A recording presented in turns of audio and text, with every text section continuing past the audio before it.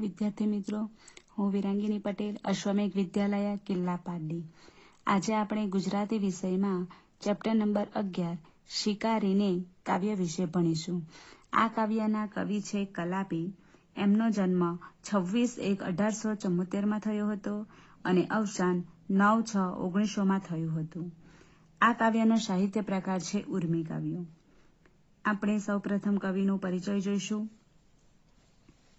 તેમનું મૂળ નામ સુરસિંહજી તખ્તસિંહજી ગોહિલ છે. અમરેલી જિલ્લાના લાઠીના રાજવી પરિવારમાં તેમનો જન્મ થયો હતો. કલાપીનો કેકારા સંગ્રહમાં તેમની કવિ તરીકેની પ્રતિભાનો પરિચય થાય છે. પ્રકૃતિના મનોહારી દ્રશ્યો અને માનવ હૃદયના ભાવો તેમની કવિતામાં કેન્દ્ર સ્થાને છે. કાશ્મીરનો પ્રવાસ તેમનો પ્રવાસ ગ્રંથ છે.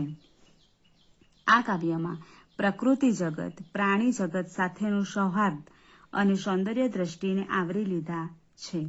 કાવ્યનાયક યુવાનને વાર્તા કહે છે કે તું આ સંહાર રહેવા દે. આ આખું વિશ્વ સંતનો આશ્રમ છે. વેદોની વસુધૈવ કુટુંબકમની ભાવના અહીં વણાયેલી છે. આ સૃષ્ટિમાં પંખી, ફૂલ, ઝરણા બધું જે છે તે એકરૂપ છે. વળી સૌંદર્યનો એક મૂળગામી પ્રશ્ન અહીં છે કે તીરથી મારીને તો માત્ર પક્ષીનું સ્થૂળ શરીર જ મળશે, એનો આત્મા કે એના ગીત નહીં મળે. આ જ વાત મનુષ્યને પણ એટલી જ લાગુ પડે છે. સુંદરતા પામવા માટે પહેલા આપણે સુંદર બનવું પડે. આ માત્ર શરીરની સુંદરતાની વાત નથી, પણ સમગ્ર વ્યક્તિત્વની સુંદરતાની વાત છે. કાવ્યાંતે સમગ્ર સૃષ્ટિ તરફ અનુકંપા રાખવાની વાત કવિએ કહી છે. આ કૃતિ અનુષ્ટુપ છંદમાં રચાયેલ છે. આ તમારું પૂછાય પણ કે શિકારીની કૃતિ કયા છંદમાં રચાયેલ છે? તો કયા છંદમાં? અનુષ્ટુપ છંદમાં. અહીં મિત્રો શીર્ષક જ આપ્યું છે આપણને શિકારીને.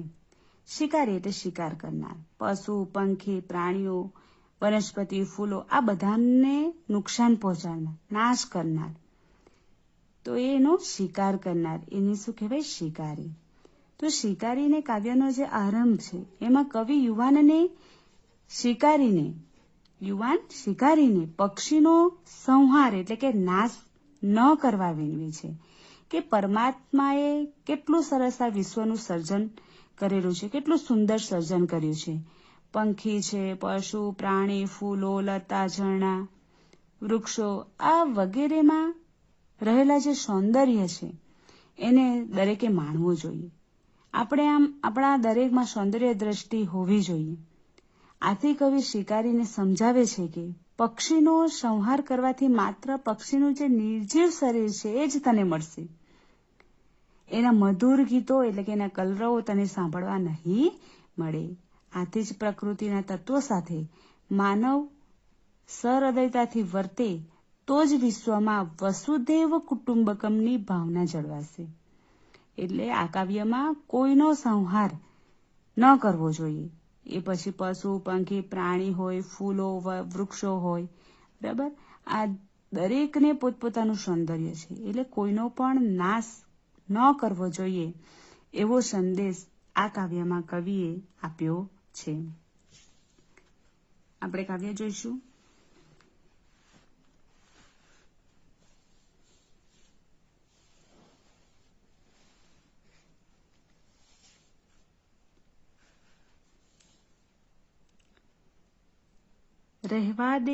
રહેવા દે આ સંહાર યુવાન તું, ઘટે ના ક્રૂરતા આવી વિશ્વ આશ્રમ સંતનું. રહેવા દે કે તું છોડી દે એમ. રહેવા દે આ સંહાર. સંહાર એટલે નાશ. યુવાન એટલે યુવાનને કહે છે. ઘટે ના ક્રૂરતા આવી વિશ્વ આશ્રમ સંતનું. ક્રૂરતા એટલે નિર્દયતા, ઘાતકીપણું. વિશ્વ આશ્રમ એટલે સંતોનું નિવાસ સ્થાન. તો સમજૂતી શું થશે કે હે યુવાન, તું આ સંહાર કરવાનું રહેવા દે એટલે છોડી દે. તને આવી નિર્દયતા, ક્રૂરતા એટલે શું? નિર્દયતા, ઘાતકીપણું તને શોભતું નથી. અને સમગ્ર વિશ્વ એ સંતોનો આશ્રમ છે. કે આ વિશ્વમાં આપણે જાણીએ છીએ કે કેટલા પંખીઓ છે, પશુઓ છે, ફૂલો, ઝરણા, વૃક્ષો બધું જ છે.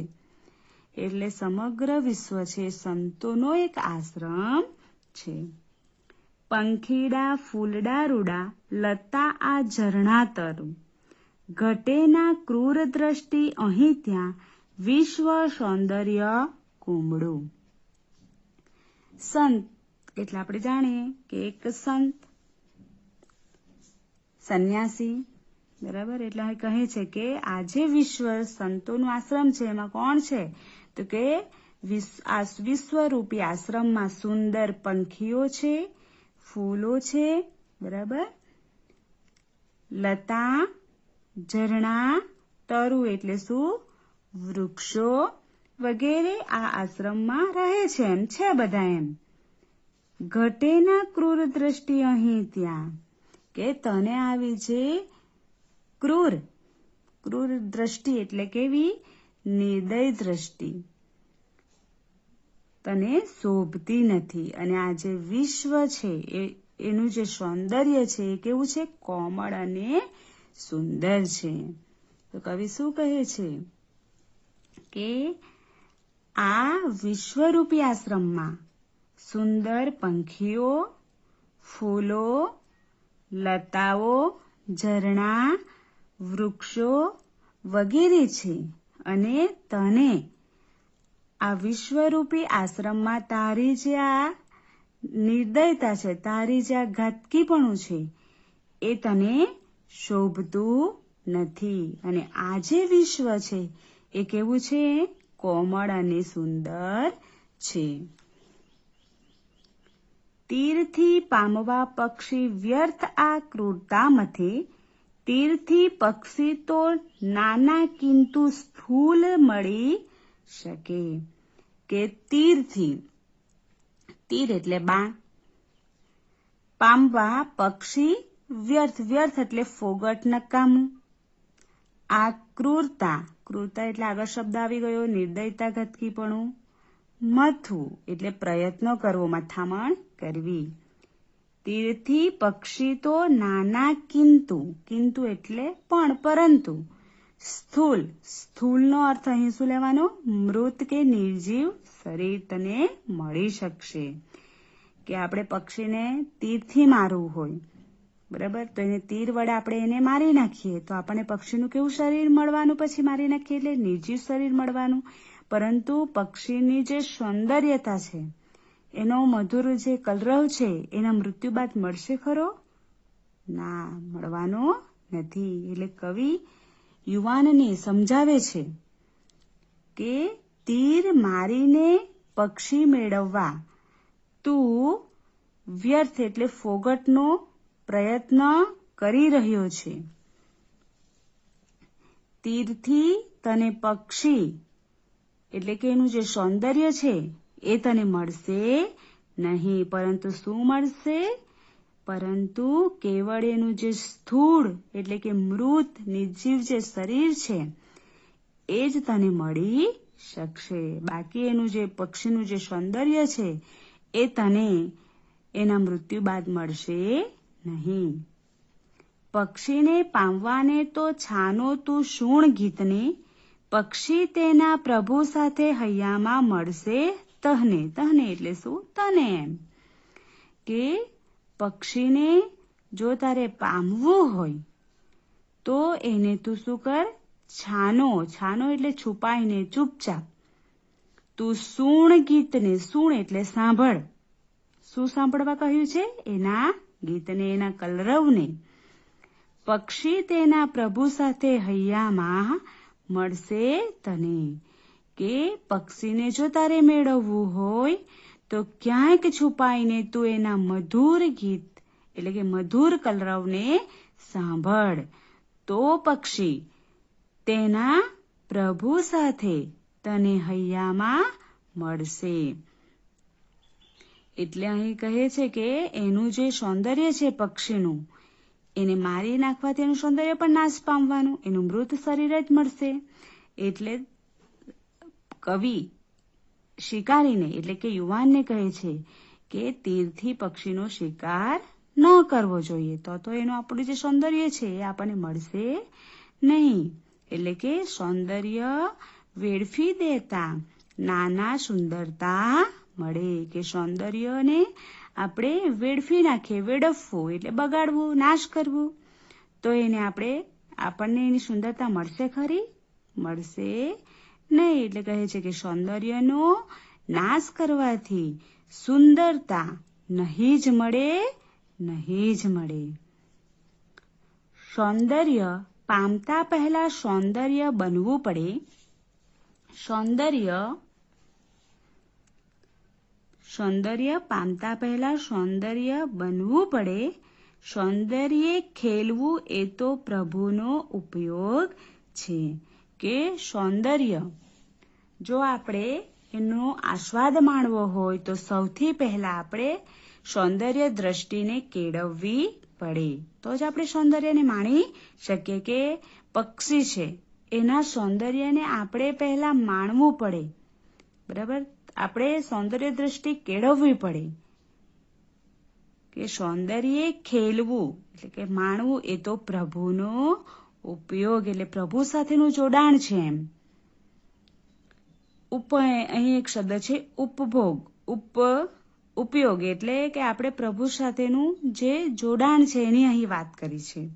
સમજૂતી જોઈએ કે સૌંદર્યનો આસ્વાદ માણવો હોય તો આપણે સૌથી પહેલા સૌંદર્ય દ્રષ્ટિ કેળવવી પડે છે. સૌંદર્ય ખેલવું એટલે કે સૌંદર્ય માણવું એ તો પ્રભુ સાથેનું જોડાણ એટલે સાયુજ્ય છે. પોષવું પૂંજવું એનો ઉપભોગ છે. રહેવા દે આ સંહાર યુવાન તું, બધે છે આદ્રતા છાંય તેમાં કંઈક ભળવું ભલું. કે અહીં આપણે સૌંદર્યનું જે પોષવું એનું આપણે જતન કરવું જોઈએ. સૌંદર્ય કોઈ પણ વસ્તુ એ વૃક્ષો હોય, ફૂલો હોય, પંખી હોય, પ્રાણીઓ હોય, એનું આપણે સૌંદર્ય માણવું પડે, એનું જતન કરવું પડે, એને પૂંજવું એટલે શું? એનો આદર કરવો જોઈએ. એનો ઉપભોગ છે. ઉપભોગ એટલે આસ્વાદ માણવો જોઈએ એનો. રહેવા દે આ સંહાર યુવાન તું, બધે છે આદ્રતા. આદ્રતા એટલે ભીનાશ, મૃદુતા, માયાળુપણું. છાંય એટલે છવાયેલી, સમાયેલી, પથરાયેલી. તેમાં કંઈક એટલે કંઈક થોડું. ભળવું ભલું એટલે સારું. તો કવિ શું કહે છે કે સૌંદર્યનું જતન કરવું, પૂંજવું એટલે કે તેનો આદર કરવો, એ પ્રભુનો આનંદ માણવા જેવું છે. કે જે કંઈ પણ સૌંદર્ય છે, જે કંઈ ભગવાને આખી સૃષ્ટિનું સર્જન કેવું કરેલું છે, કેવું સરસ ભગવાને આ સૃષ્ટિનું સૌંદર્યની રચના કરી છે, તો આપણે એની કદર કરવી જોઈએ, એનું જતન કરવું જોઈએ, એનો આદર કરવો જોઈએ. એટલે અહીં કવિ કહે છે કે કોઈ પણ શિકારી એટલે માત્ર પશુ પંખીને મારી નાખવું, એને નુકસાન પહોંચાડવું, તો એને જ આપણે શિકારી કહી શકીએ? તો શિકારી તો આ વિશ્વનું જે સૌંદર્ય છે એમાં આપણે બધા જ આવી જઈએ. એમાં ફૂલો, ઝરણા, બરાબર, લતા, ઝરણા, લતા એટલે શું? વેલીઓ, બરાબર, વૃક્ષો, નાના ઝાડો, આ બધાને જ નુકસાન પહોંચાડનાર એ શિકારી છે. એમાં આપણે પણ આવી જઈએ, કારણ કે આપણે પણ હાલતા ચાલતા હોઈએ તો આપણે એવા વૃક્ષો આજુબાજુ હોય તો આપણે એની ડાળી છે, પાંદડા છે, તોડી નાખીએ, નુકસાન પહોંચાડીએ. કંઈ ન કરે તો પણ આપણે એને નુકસાન પહોંચાડીએ છીએ, એનો નાશ કરીએ છીએ. હાથમાં પથ્થર હોય, પંખીઓ બેસેલા હોય તો મારી દઈએ એને, બરાબર. તો આપણે આવું ન કરવું જોઈએ. આપણે આવા સૌંદર્યનું જતન કરવું જોઈએ, તેનો આદર કરવો જોઈએ. એ પ્રભુનો આનંદ માણવા જેવું છે. કે દરેક જેવી રીતે આપણા શરીરમાં ભગવાનનો વાસ છે, રહેલા છે ને બધાનામાં, ભગવાન દરેકના શરીરમાં વસેલા છે. તો આજે આ સૃષ્ટિ ભગવાને જ નિર્માણ કરી છે, તો એમાં પણ ભગવાનનો વાસ છે. તો આપણે શા માટે એને મારવું જોઈએ? બરાબર. એટલે કહ્યું છે કે સૌંદર્યનું જતન કરવું, તેનો આદર કરવો અને એ પ્રભુનો આનંદ માણવા જેવું છે. અંતે ફરીથી કહે છે કવિ કે યુવાન તો આ સંહાર કરવાનું રહેવા દે, કે તો આ જે વિશ્વ છે, બરાબર, એ વિશ્વનું જે સૌંદર્ય છે એનો નાશ કરવાનું તું રહેવા દે. અહીં એક આપણને પંખીનું ઉદાહરણ આપ્યું છે કે એક પંખી છે, એક પક્ષી છે, એને તીર વડે મારી નાખે તો માત્ર એનું આપણને નિર્જીવ શરીર જ મળવાનું છે, પરંતુ એનું સૌંદર્ય તો નાશ પામવાનું છે. એનો કલરવ ફરી આપણને સાંભળવા મળવાનો નથી. તો શા માટે એને મારવું જોઈએ એ સમજાવે છે. એક પક્ષીના ઉદાહરણ દ્વારા કવિ અહીં આપણને સમજાવે છે કે સૌંદર્યનો નાશ કરવો ન જોઈએ. અને અંતે કહ્યું છે કે બધે જ એટલે ચારે બાજુ આદ્રતા એટલે કે માયાળુપણું છવાયેલું છે. તેમાં થોડો ઘણો સાથ સહકાર આપવામાં જ આપણું શું છે? ભલું છે. આ જે કાવ્ય છે શિકારીને એ કલાપીનો કેકારવમાંથી લેવામાં આવ્યું છે. એટલે અંતે કવિ એટલી જ આપણને અહીં શીખ આપે છે કે કોઈનો પણ સંહાર કરવો જોઈએ નહીં. અને આપણે સૌએ વસુદેવ કુટુંબકમની ભાવના આપણામાં હોવી જોઈએ. બરાબર. તો વિદ્યાર્થી મિત્રો, અહીં આપણું કાવ્ય પૂરું થાય છે. બરાબર. શબ્દાર્થની PDF મોકલવામાં આવશે, તો તે તમારે લખી લેવાની. ત્યારબાદ તમારે સ્વાધ્યાય લખી લેવાનું. Thank you.